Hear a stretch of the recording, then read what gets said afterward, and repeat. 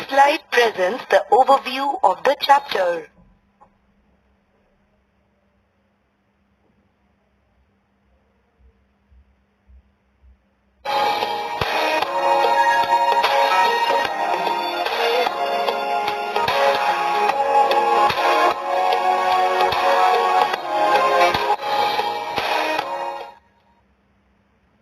By the end of this chapter, you will be able to define production and employment, describe the three sectors of employment, explain GDP in detail, describe about the process involved in the estimation of GDP, illustrate the changes in the importance of sectors, describe employment, interpret organized and unorganized sectors of employment.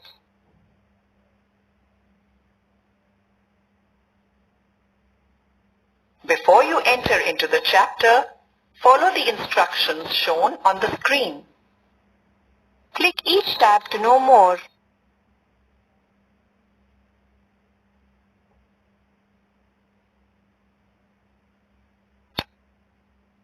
In your lower classes, you have come across different sectors of employment of different people. These sectors are broadly classified into three types: agricultural and related sectors like mining, fishing, forestry, etc. Manufacturing industries where commodities or goods are produced with the help of machines and tools. Service sector, which indirectly helps in the production of goods and services.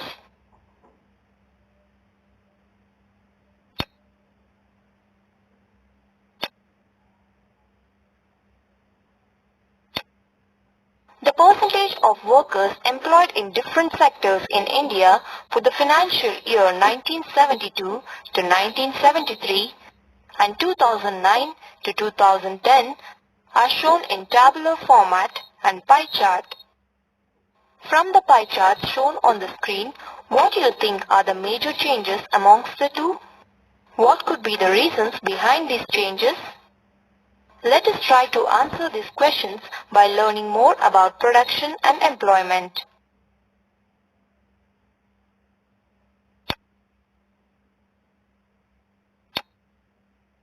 Production.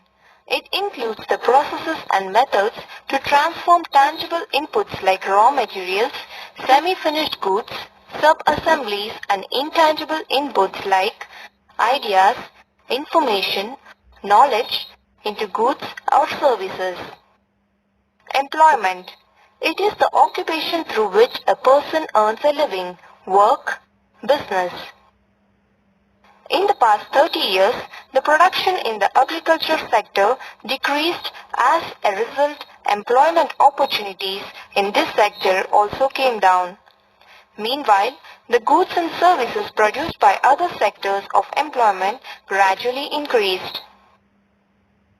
Since different sectors of employment contribute directly to the GDP of a nation, let us learn about the share of agriculture, industry and services sector in national economy in detail.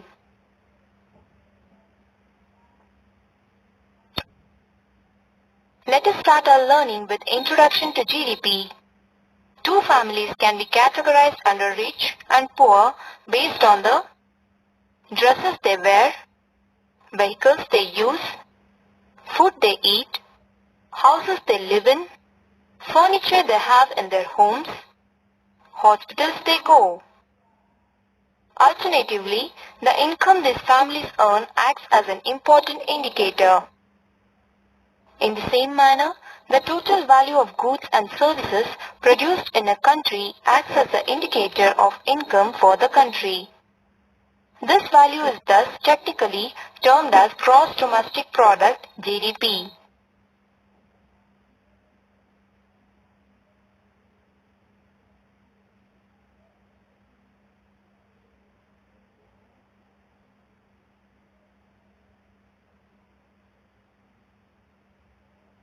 For a clear picture of GDP, let us consider the graph shown on the screen.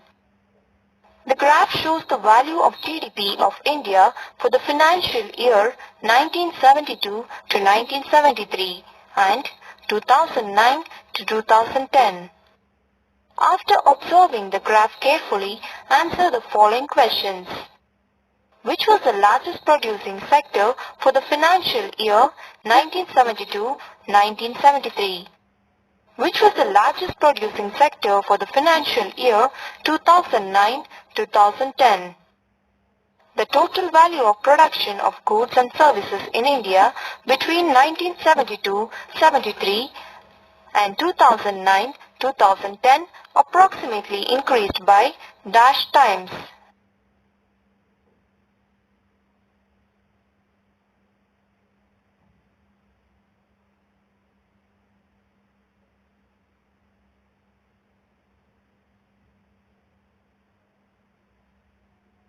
Now, it's time to know the process involved in the estimation of GDP. From the different sectors of employment, a large number of goods and services are produced. One might think it is impossible to find out how much value these produced goods and services would have. Moreover, adding up of cars, computers, mobile phone service, baskets and pots to calculate the total value does not make any sense at all.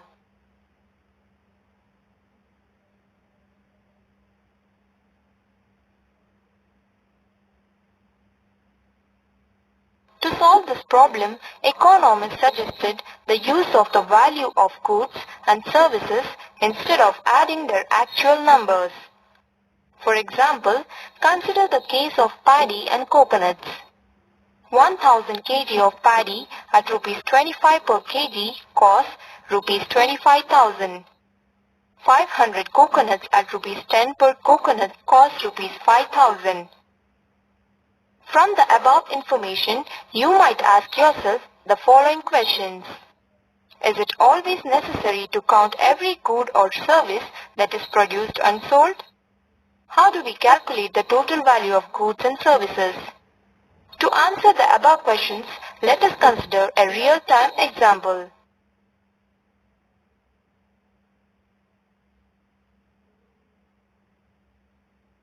Consider a farmer who sells 100 kg of paddy to a rice mill at rupees 25 per kg. So, the total value of paddy produced by him is rupees 2,500. Now, the owner of the rice mill divides paddy into rice and husk. He sells 80 kg of rice to a hotelier at rupees 40 per kg and 20 kg of husk at rupees 20 per kg. Thus, the total value of goods produced by him is rupees 3,600.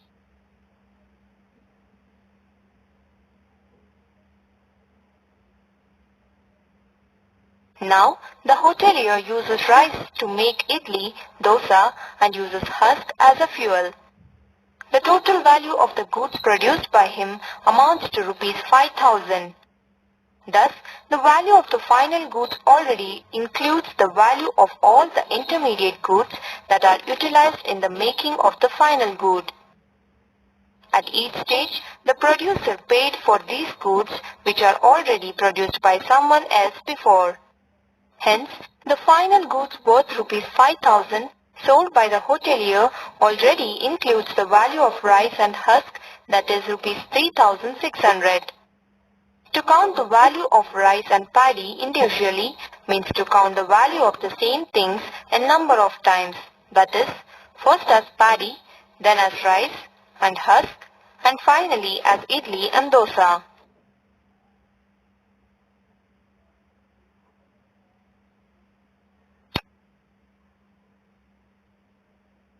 The other way to calculate the final value is to consider only the value added at every step by the producer of the good.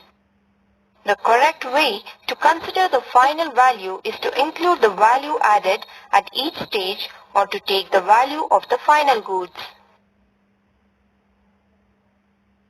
Now, let us learn about the influence of GDP on our country's economy. For any sector, the value of the final goods and services produced during a particular year gives the total production of the sector for that year. The sum of the productions in the three sectors, namely agriculture, industry, and service, gives the gross domestic product (GDP) of a country.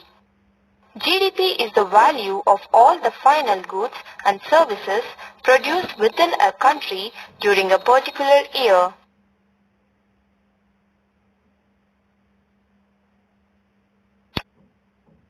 Now, let us know about the significance of GDP. GDP takes into account the market value of all final goods and services produced. But certain activities are not considered under market value. For example, work done at home like cooking, cleaning, organizing, bringing up children, etc. In most of the cases, the above-mentioned activities do not involve any monetary transaction and hence are excluded in the GDP measure.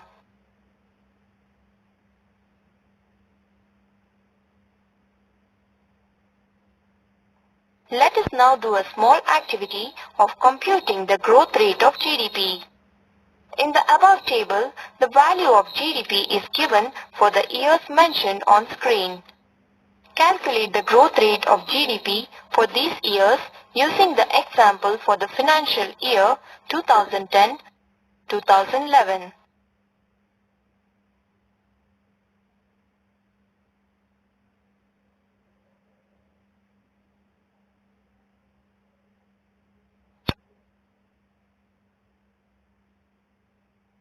Let us now know how the importance of different sectors changes over a period of time. Over the past decades, the size of GDP has increased with the rise in the production of goods and services. Now, in order to know the scale of growth of GDP, let us learn about the significance of the three main sectors of employment: agriculture, industry, service.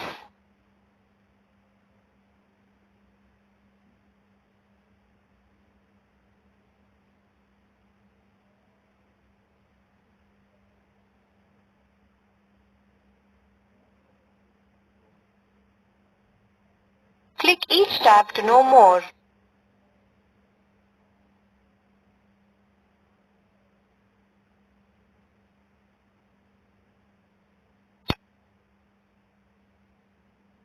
In the initial stages of development, many of the developed countries had agriculture-related activities as the most important contributors to GDP. As the agricultural sector expanded and farming methods improved, the scale of production of food got increased tremendously. This led to a diversion of employment from agriculture to other sectors. The number of craft persons and traders increased. The demand for goods and services also increased with increase in buying and selling activities. However, at this stage, goods produced were mostly from agricultural sector and most of the people were also employed in this sector.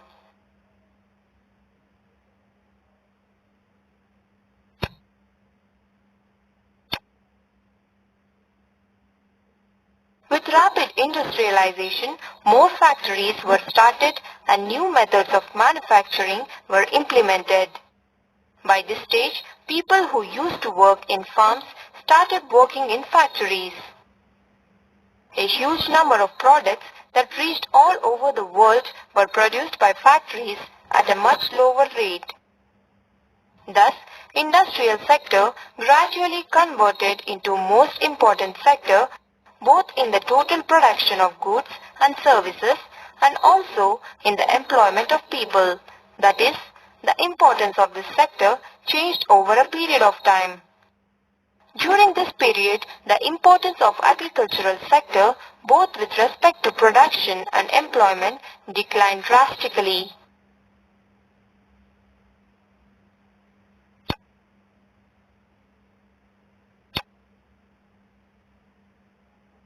In developed countries, over a period of 50 years, there was a shift from industry to service sector. The service sector played the most important role in terms of total production. Many people shifted to the service sector and most of the production came from this sector rather than the industrial sector. The above mentioned pattern is the general case of developed countries.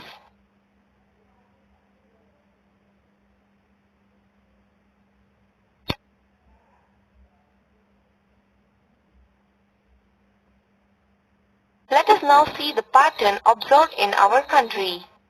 Consider the pie chart shown on the screen. The pie charts represent the GDP in the given year. The contribution of different activities to GDP is presented for the financial year 1972 to 1973 and 2009 to 2010. GDP is calculated based on the production from the three sectors, namely agriculture, industry, and service, which further includes three types. If you carefully observe the charts, within the 37-year period, you will notice that the share of agriculture sector has dropped hugely. The share of industrial output has increased slightly. The share of service sector has increased tremendously.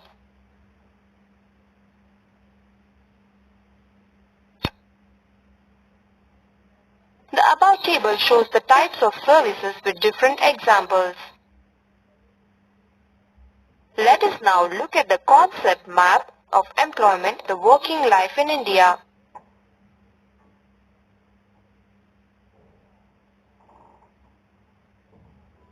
Now, it's time to know about the working life in India, that is, employment and its influence in GDP.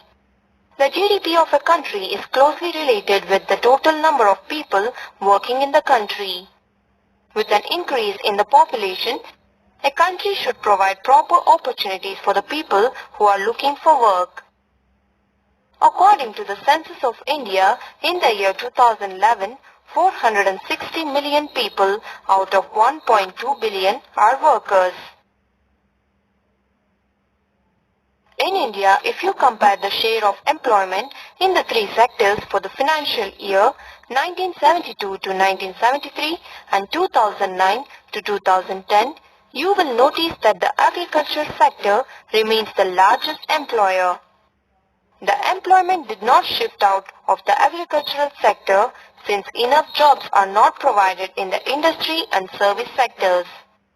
The production of goods and services went up by 9 times, whereas employment went up by only 3 times. In case of service sector, production increased by more than 14 times, but employment increased by only 5 times.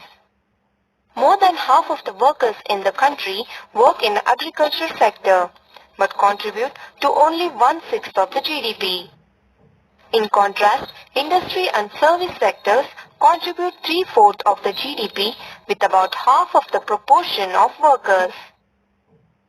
Thus, it can be observed that more people are employed in agriculture sector but are underemployed, not fully occupied. Now, let us do an activity of calculating the percentage of employment and GDP. The pie chart shown on the screen represents the share of the three sectors in employment and GDP. Look at the pie charts and calculate the percentage of employment and GDP for the three sectors shown on screen.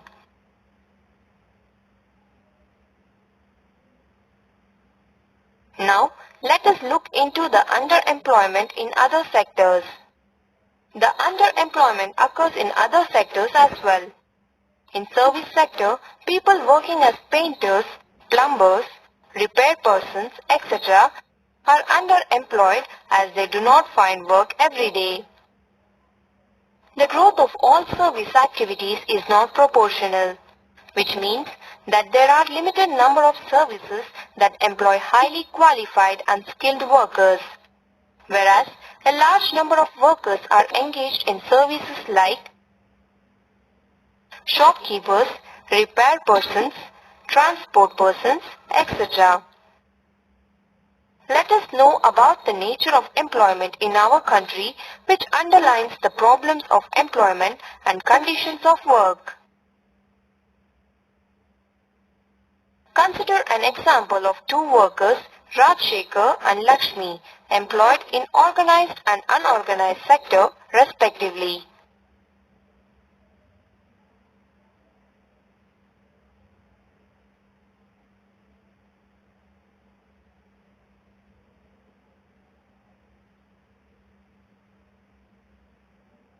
Let us now differentiate organized sector and unorganized sector in general.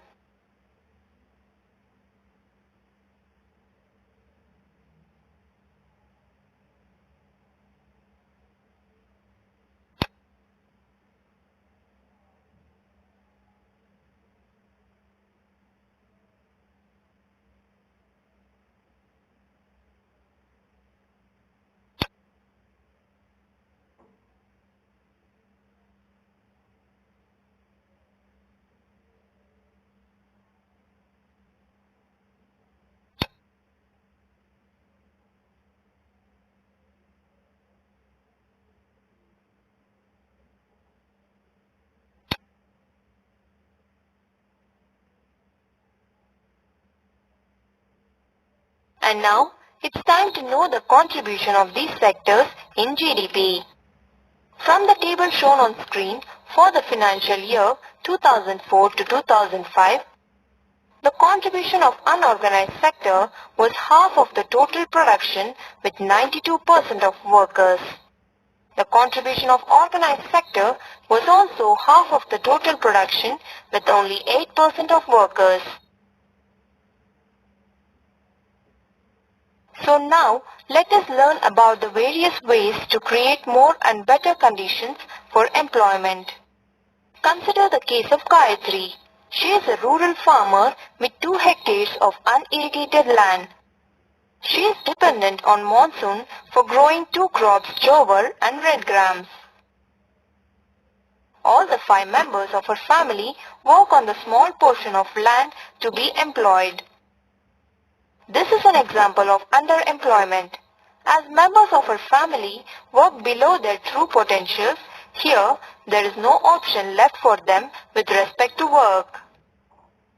A couple of members from the family can move out and look for income from sources other than agriculture, without affecting the raising of crops by the family. This would increase the family income and raise the overall standard of living. The government must make ensure that the conditions for employment for people like Gayatri and her family members are improved.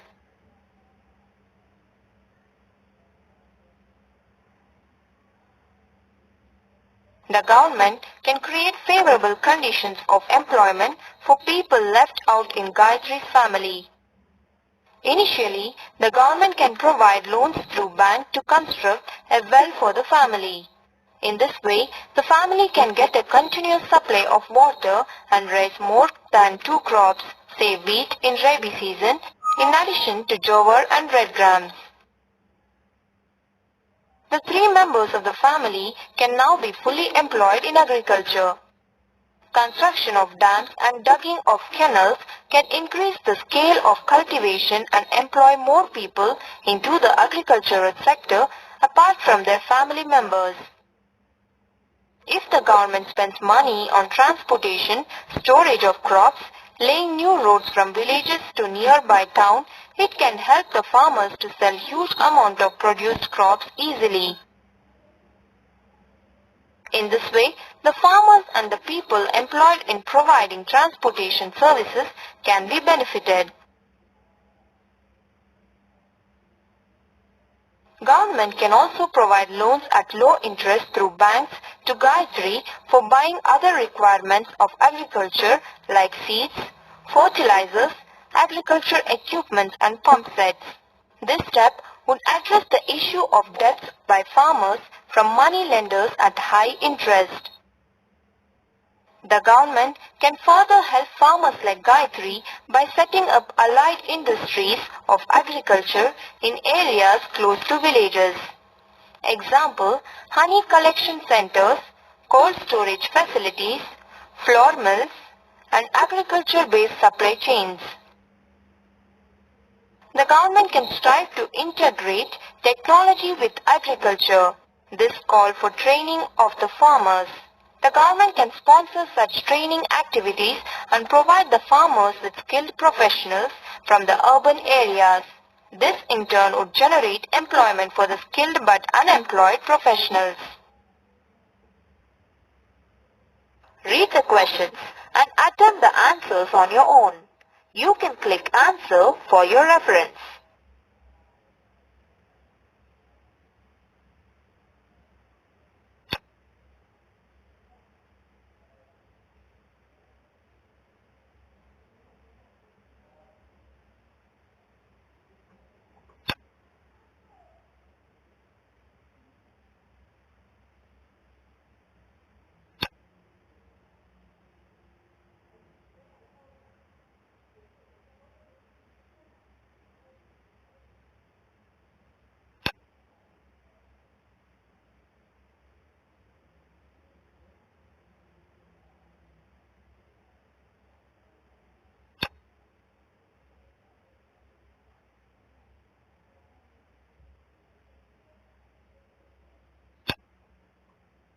Take up the following activities. Observe the pictures and identify the sector which they belong to. Take an outline map of India and mark the following IT concentrated places: Pune, Delhi, Mumbai, Hyderabad, Visakhapatnam, Mysore, Madurai, Kolkata, Bangalore.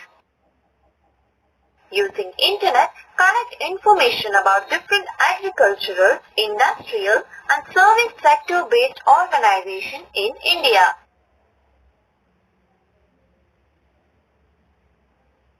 You have successfully completed the chapter Production and Employment.